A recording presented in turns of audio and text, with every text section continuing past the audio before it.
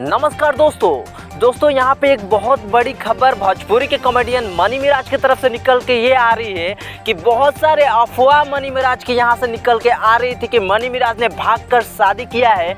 तो आपको बता दें कि मनी मिराज ने कोई शादी नहीं किया है, लेकिन इसी वक्त बहुत बड़ी खबर यहाँ पे काजल राघवानी की तरफ से निकल के आ रही है कि क्या कुछ उन्होंने मनी मिराज को कहा है।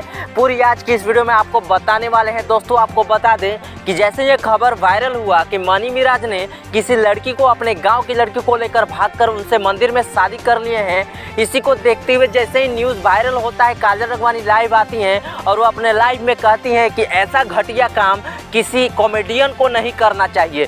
दोस्तों मनी मिराज को काजल राघवानी ये भी कहती हैं कि उसे भोजपुरी के जनता जो है उसे बाइकआउट करे, उसे भोजपुरी के जो कॉमेडियन है उससे उसको निकाल दिया जाए। दोस्तों आपको बता दें कि ये बात में थोड़ी भी सच्चाई नहीं है कि वो कोई लड़की को लेकर भागे हैं। आप ही बताइए कि काजल राघवानी ने ये बात सही कहा है या गलत कहा है। अपना राय हमें कमेंट बॉक्स में जरूर दीजिए।